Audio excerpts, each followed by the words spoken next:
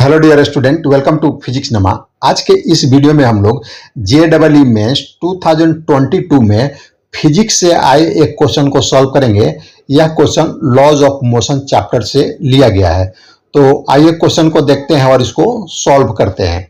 A block of mass 200 gram is kept stationary on a smooth inclined plane by applying a minimum horizontal force F equal to square root x Newton as shown in figure.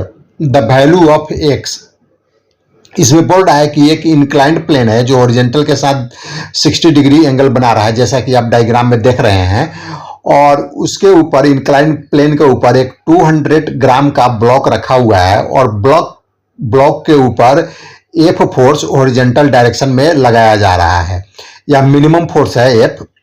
और जो inclined plane है smooth है और F force लगाने के बाद जो block है वो स्टेशनरी पोजीशन में है, यानी रेस्ट पर है, यह मूव नहीं कर रहा है। तो हमें एक्स का वैल्यू बताना है। तो आइए इसको हम लोग देखते हैं। इसका हम फ्री बॉडी डायग्राम बनाते हैं। तो जो ब्लॉक है उस पर डाउनवर्ड डायरेक्शन में mg फोर्स लगेगा, फोर्स ड्यू टू ग्रेविटी, और इसका एक कंपोनेंट हो जाएगा mg cos 60 डिग्री और दूसरा कंपोनेंट हो जाएगा इंक्लाइंड प्लेन के पैरेलल mg sin 60 डिग्री। और जो F फोर्स है हम उसको एक्सटेंड करते हैं और राइट साइड में हॉरिजॉन्टल डायरेक्शन में ही उसको एक्सटेंड करेंगे, तो ऐसा हम लोग लिख सकते हैं। और जो एंगल, जो F फोर्स है एंगल इंक्लाइंड प्लेन के साथ 60 डिग्री एंगल बना रहा है, तो जो F का कंपोनेंट होगा इंक्लाइंड प्लेन के अपर डायरेक्शन में वो हो जाएगा F cos 60 डिग्री, और इसका जो दूसरा कंपोनेंट हो जाएगा वह इंक्लाइंड प्लेन के परपेंडिकुलर होगा, जैसा कि आप डायरेक्शन देख रहे हैं डायग्राम में। तो ये इसका वैल्यू हो जाएगा F sin 60 डिग्री। और चूंकि स्मूथ है, प्लेन क्या है, स्मूथ है, तो इस पर फ्रिक्शनल फोर्स नहीं लगेगा। फ्रिक्शनल फोर्स कब लगता है? जब सरफेस रफ रहता है।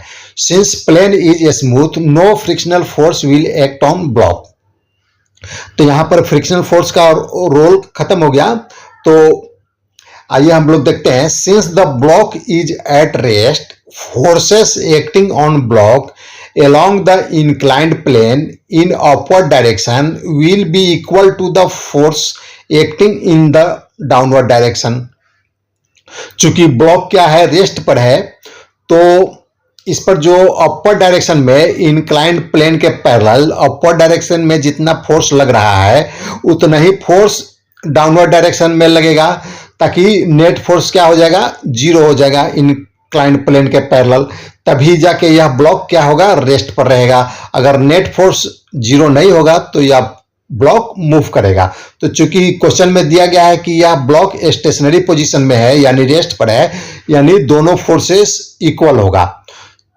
तो यानी क्या हो जाएगा, F cos 60 डिग्री जो अपर डायरेक्शन का फोर्स है वह इक्वल हो जाएगा mg sin 60 डिग्री जो डाउनवर्ड डायरेक्शन में फोर्स लग रहा है। यहां पर हम वैल्यू पुटअप कर देंगे, तो F इंटू cos 60 डिग्री का वैल्यू हो जाएगा 1/2 इक्वल हो गया m, यहां पर मास हम केजी में कन्वर्ट कर देंगे तो 0.2 kg हो गया, और g का वैल्यू 10 रखेंगे तो 0.2 मल्टीप्लाई 10 मल्टीप्लाई sin 60 डिग्री का वैल्यू √3/2।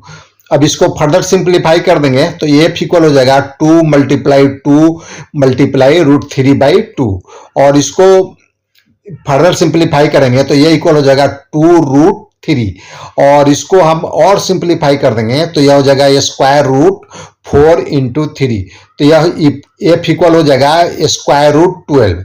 अब हमें क्वेश्चन में जो F दिया गया है, F दिया गया है √x। अगर दोनों इक्वेशन को कंपेरिजन करते हैं, F इक्वल टू √12 और F इक्वल टू √x, तो हमें x का वैल्यू 12 मालूम चलता है। तो यानी जो x का वैल्यू है वह 12 होगा। तो आज का यह वीडियो समाप्त हुआ। अगर आपको पसंद है तो इसे लाइक करें, शेयर करें। Thanks for watching.